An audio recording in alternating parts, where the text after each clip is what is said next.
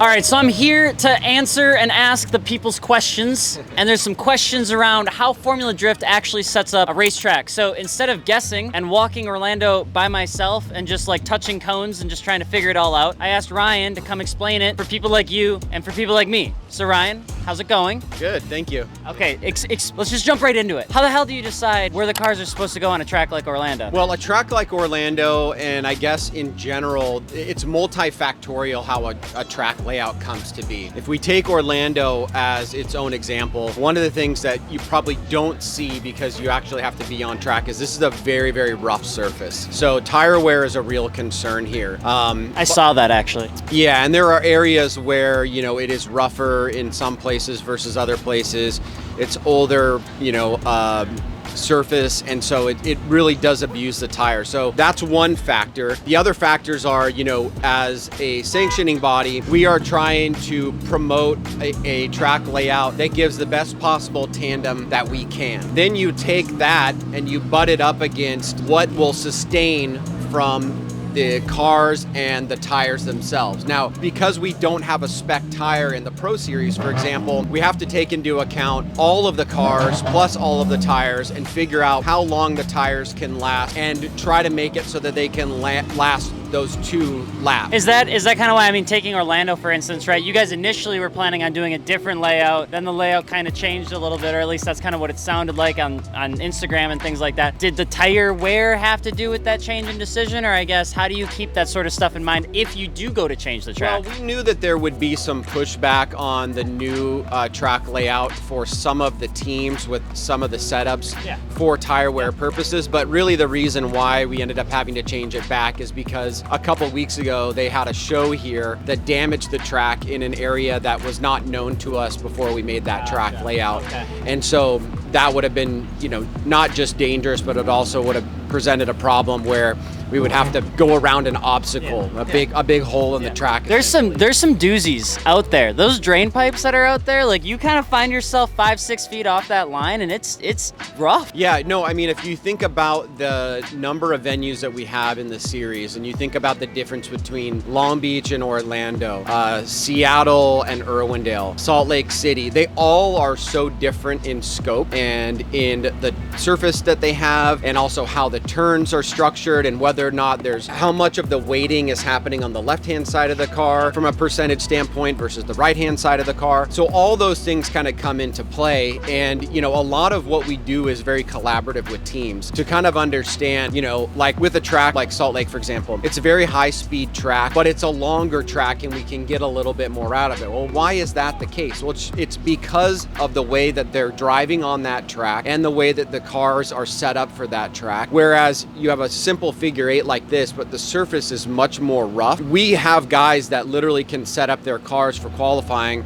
to burn through a set of rears in 1 lap. So, you know, teams can always make adjustments. They can always make the tires last a little bit longer, but it's about finding that sweet spot between all of the different tires that we have in the series, the car setups, and then what's gonna provide the best possible tandem for the fans. So how does that work then with like the inner clips and those sections? Because like you're talking about different types of tires, taking that into consideration. You talk about different teams kind of giving feedback, but at the end of the day, they all gotta touch, you know, the same point here and the same point there.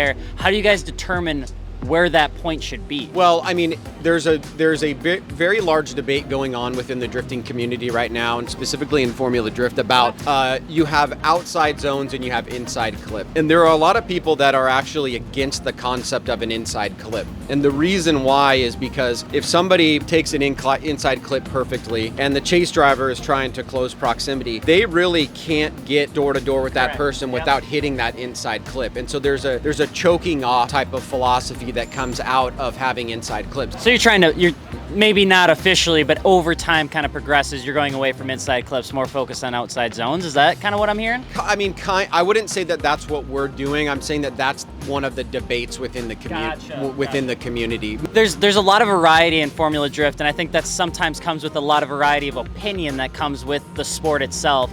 And I think it's cool that you explain the track layout a little bit, but I mean, when you look at like Orlando this year compared to Orlando last year, I mean, is it 1-for-1 comparison in terms of how you judge the same track, or is how you judge the track different from year to year to year?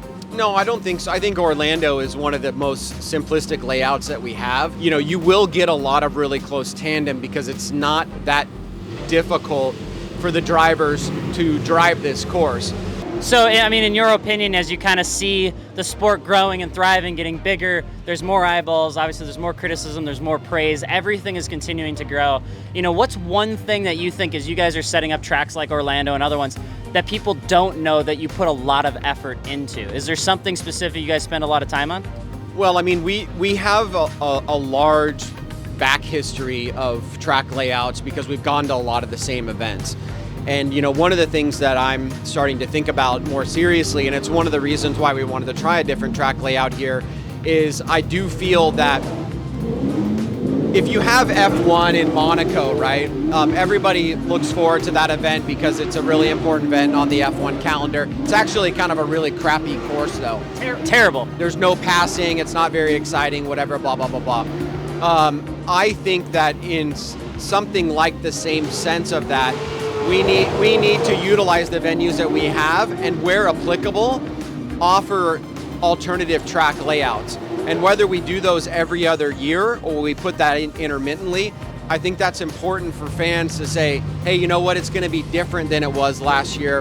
That means it might cater to a different set of drivers. My driver might be able to do better at that track layout because he's better in these particular areas. So I think we do think about that stuff a lot. I think it is important, if you only have 8 events, that you don't do the same thing year after year after year, that you try to bring in new things, some of which are track layout related, that give a new variable into the competition. Yeah. So, like, as Formula Drift continues to expand like crazy, like it's growing like a weed, man. It's wild going, like looking at Atlanta this year, Long Beach, all of it.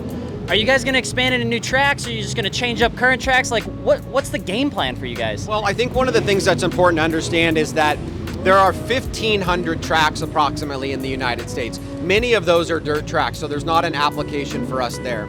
Of that number, in the research that we've done and the venues that we looked at, there's probably no more than 20 actual tracks that we could do a drifting event at. Meaning it fits all of the things that we need to have, from the right amount of paddock space to the appropriate internet connection, which is amazing to say that in this in modern day. What is the ingress, egress? What is the capacity? Does it have grandstands? All that kind of stuff. There's about 20 of those. So then the question becomes, of those 20, we're going to 8 of them right now. That leaves 12. Of those 12, how many of any one of those would you want to replace with any of the current venues that we have right now? It sounds hard as to be honest with you. And then getting all the teams lined up. It sounds like you're actually like talking to the teams a lot more than even I would assume you are. Like you get a lot of feedback from the teams. It sounds like they help guide what FD does in terms of events, locations, quantities. Like that happens a lot more than people think, or at least for me it does. Oh yeah, I mean, one of my main philosophies is how to effectively communicate and get feedback from the teams. You know, so whether it's real-time responses in our Discord channel, the private Discord channel that we have for teams, or we have quarterly calls with the teams to go through things that we're dealing with and get their feedback. All of that stuff is really important. One thing I can tell you though is that there are 39 drivers registered in the Pro Series right now. Almost all of them think something different about everything. It is very difficult to get consensus unless it's a no-brainer. When it comes to different venues, different track layouts, what markets to be in, all of those things are extremely tedious and difficult to figure out. And sometimes you just have to say, this is what I think is going to be best for the series in the long run. Like I could only imagine like trying to get 3 versions of me to agree on something, and that would be impossible. And you're almost dealing with almost 40 drivers in a single instance. It makes sense. It makes sense. Everybody comes from a different background. Everybody's got a different funding mechanism. Everybody has a different car. Everybody has different priorities. Everybody has different sponsors. So when you put all that stuff into the hopper, it's pretty natural to see that they're going to think differently about things that are very instrumental to how the sport evolves. That's super cool. Anything else you want to share with the squad? Any other insight, words of wisdom? You've been at this for like 20 years, right? You're one of the OGs. I do think it's funny that you said that you were detuning from 1,300 horsepower to like a usable 1,000, and I'm sitting over here with like 200 in my GR86. But like, anything else that you think is like, what's on the forefront for FD in your opinion? Where do you see the sport really going? Well, I mean, this is the best time that there's ever been in Formula Drift, and it's probably the best time that there's ever been for drifting globally around the world. I think we have gotten to a point where critical mass has been or is starting to be achieved. People are seeing that this sport is really, really cool, and the numbers that we track, whether it's live event or digital or live stream or whatever, they're all at all-time highs, and they've been that way year after year since post-COVID, which is not something that we expected. So I think that there are a lot of really great things in store for the sport in general by finally being recognized as a legitimate motorsport. And not just a legitimate motorsport, but also something cultural, something that has a cultural element to it. And that has been something that we've been trying to achieve for a long time, because most of motorsports has treated us like a redheaded stepchild. And I said that just last week. Quote it. I said it. Literally, I'm like, I don't understand why, but it is a little bit. It's finally getting out of that. It is very hard to deny the fact that most of motorsports has an aging out demographic, and they're trying to figure out how to get new fans to be interested in circle track racing and road racing or whatever. All of our fans, 90% of them are under 30 years old. They're into motorsports. You just have to cater to what they're interested in. Yeah. So if you are a brand, or if you are somebody that's in motorsports and sees that your demographic is aging out, where do I go to find new fans? It's right here. You said one thing, and then it's my last question, I pinky promise. You said that Formula Drift is hitting critical mass, or it's getting near really hitting that critical mass. Do you think Formula Drift is getting too big? I mean, too big seems like a relative term to me, so I don't really know what that means. If you mean, is it becoming less of a cool kid sport and more of something for everybody, I could see that. I could see that for sure. You know, my parents are fans of the sport now. But at the end of the day, like, a lot of people got into this sport at a very young age. You're very passionate. You're going, you want to win. You're happy to be part of this really cool, unique community. That's cool, and I love all that, and there's a place for that, and there's a lot of grassroots organizations that we work with that do that. What's even cooler is putting your kids through college. What's even cooler is living your dream as a professional motorsports driver. What's even cooler is being able to go on vacations with your family.